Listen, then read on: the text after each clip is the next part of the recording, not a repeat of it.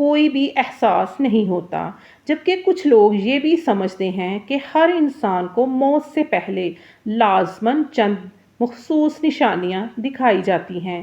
حقیقت یہ ہے کہ قرآن و حدیث ہمیں ایک متوازن رہنمائی دیتی ہیں۔ اسلام نے یہ نہیں بتایا کہ ہر مسلمان کو لازماً ایک جیسی 7 یا 10 نشانیاں ظاہر ہوتی ہیں، لیکن بعض ایسی علامات ضرور بیان کی ہیں جو بعض لوگوں پر ظاہر ہو سکتی ہیں، اور بعض ایسی حقیقتیں بھی ہیں جو موت کے وقت یا اس سے قریب پیش آتی ہیں۔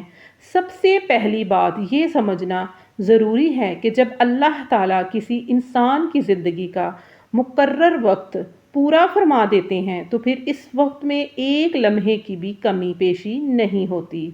قرآن مجید میں اللہ تعالیٰ فرماتے ہیں، جب ان کا مقرر وقت آ جاتا ہے تو نہ ایک گھڑی پیچھے ہٹ سکتے ہیں اور نہ ہی ایک گھڑی آگے بڑھ سکتے ہیں۔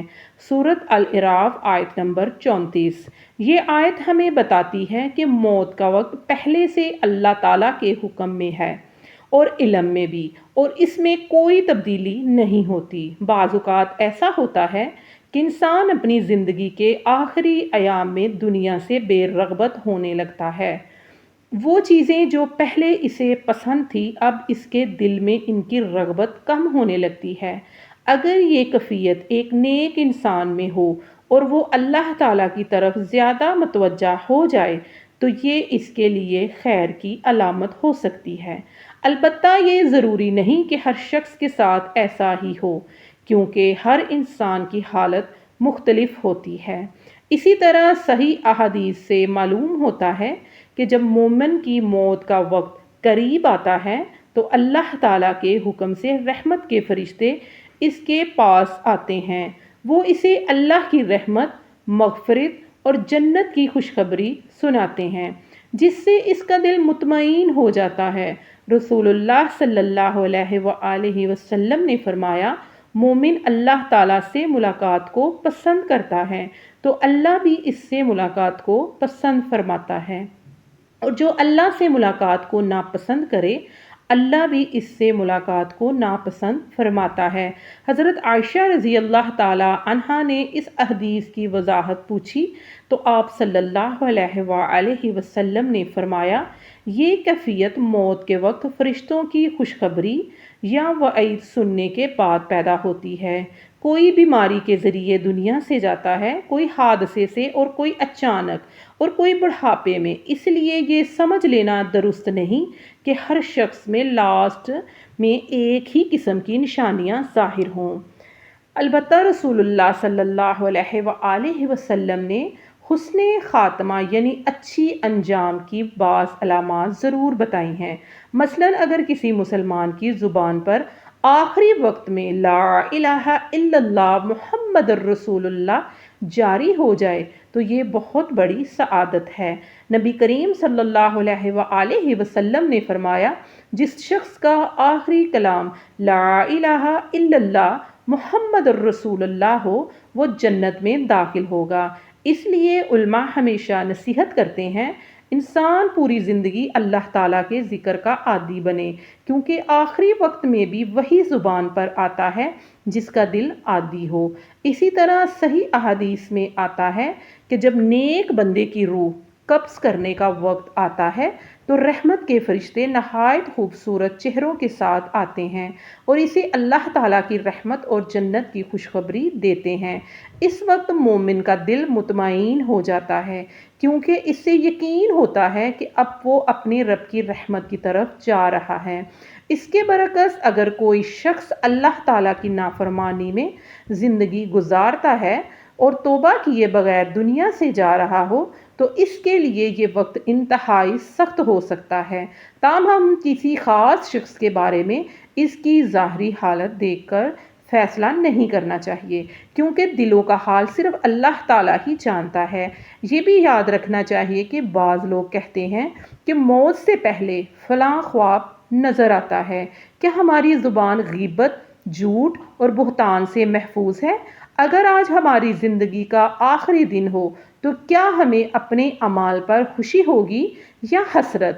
یہ وہ سوالات ہیں جن کا جواب ہر انسان کو خود اپنے دل سے لینا چاہیے، کیونکہ قیامت کے دن نہ مال کام آئے گا، نہ اولاد، نہ شہرت، نہ دنیا کی کامیابیاں۔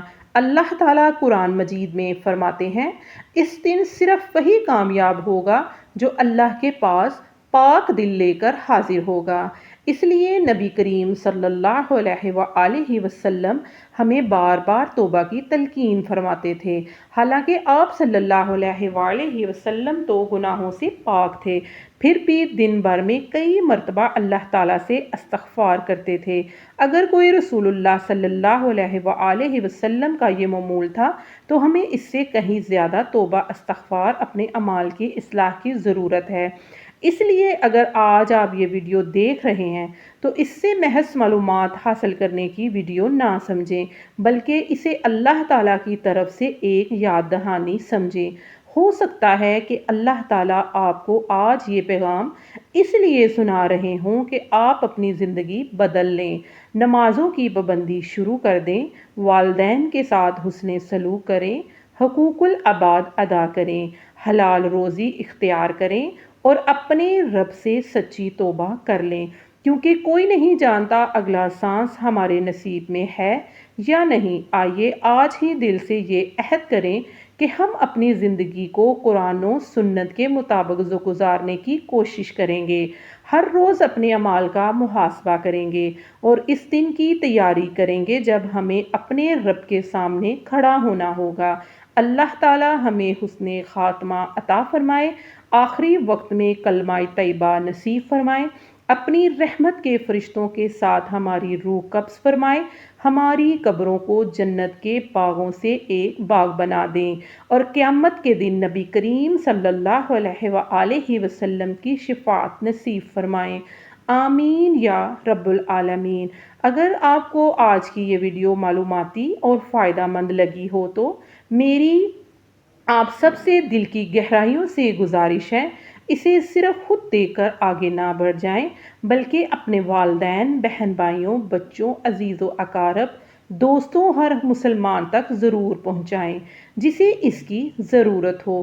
ہو سکتا ہے کہ آپ کے شیئر کرنے کی وجہ سے کسی کی زندگی بدل جائے، کوئی شخص توبہ کر لے، کوئی نماز کی پابندی شروع کر دے، یا کسی کے دل میں آخرت کی تیاری کا جذبہ پیدا ہو جائے۔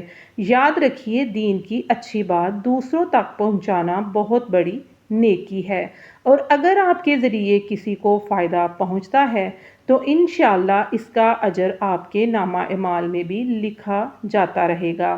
اس لیے اس ویڈیو کو زیادہ سے زیادہ شیئر کیجیے تاکہ علم مزید لوگوں تک بھی پہنچ سکے۔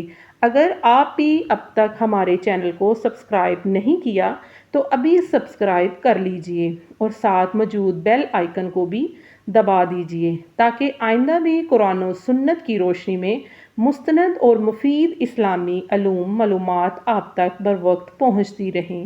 اگر یہ ویڈیو آپ کو پسند آئی ہو تو اسے لائک ضرور کیجئے، کیونکہ آپ کا ایک لائک اور ایک شیئر اس پیغام کو ہزاروں بلکہ لاکھوں لوگوں تک پہنچانے کا ذریعہ بن سکتا ہے۔ اللہ تعالی ہم سب کو علم نافع حاصل کرنے اور اس پر عمل کرنے کی توفیق عطا فرمائے اور اسے دوسروں تک پہنچانے کی توفیق عطا فرمائے۔ آمین۔